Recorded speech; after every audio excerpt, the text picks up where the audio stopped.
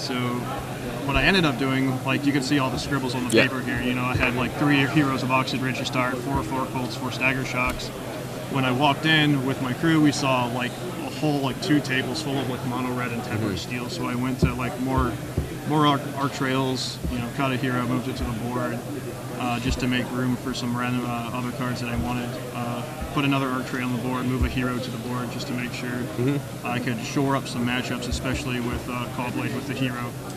So, was there any particular matchup that you didn't want to face that you managed to avoid in the tournament? Or like Splinter, like I didn't get a chance to play Splinter Twin. I know it's rough for me. Like I can race, but you know, they can easily combo out just as fast. So. That matchup, and I guess like Rugpod. Rugpod Chapin beat me at the GP in round 15 with Rugpod, and that seemed to be pretty horrible for me. The way he can you do have a lot of burn spells that can definitely keep them off of any of their big creatures by killing their mana creatures. That's true, but at the same time, like if they have access to a deck list, especially like in the later rounds, or if they see me playing in the early rounds, they see that I've got 4 Arc Trail, and if you know, and if they're confident and like aware of that, they're going to make sure not to get 2 for 1. So. What was were there any particular moments in the top 8 that stand out for you?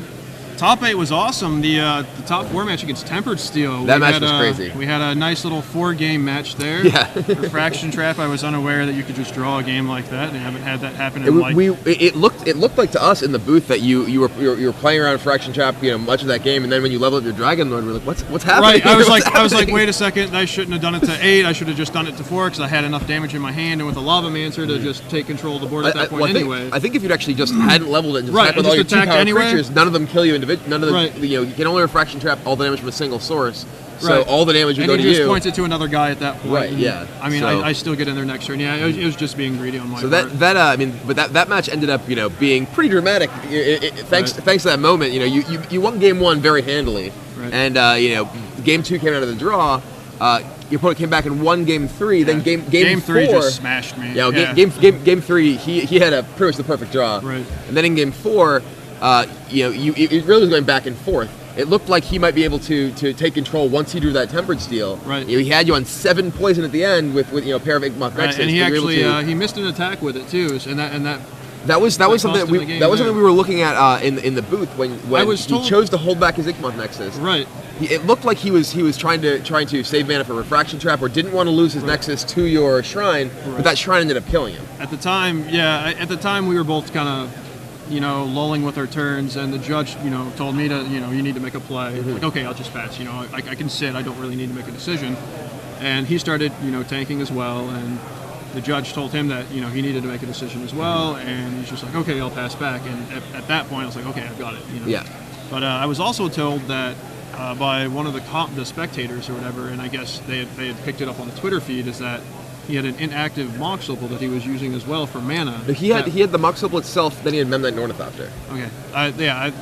They were saying during one of the games that there was a point at he was using like Mox Opal when he only had like 2 artifacts in play. So like I didn't catch it and the judge didn't catch it. That wasn't something that we saw. I know toward the end of the game, someone mentioned something about him using the mana from the Mox Opal that he didn't have, but he did have the mana cast at that point, I believe. Yeah, like I thought about that and I was like, well, that doesn't seem right, because I mean I know he had men on the board pretty much like every game to where it really didn't matter with that. But yeah. So are you going to be playing the Legacy event as well?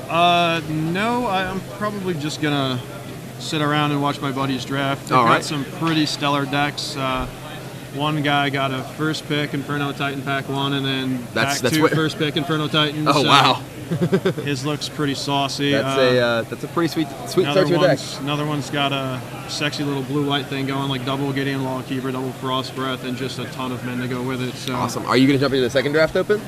There's a possibility, depending on how it goes. We're staying with some family that live about an hour and a half east. Okay. And driving home back to their place last night was kind of rough. We got about 3.5 hours of sleep, so there's a good possibility I'm just going to go crash in the car for a while. That's not a bad plan. So I heard that in addition to not only winning the tournament, it sounds like you may very well have gotten your rating up to the point that you need to qualify for the World Championships this year. There is a possibility, depending on how how far the draws took me down at the end of the last 2 rounds there. So what was your overall record in the tournament? 1202.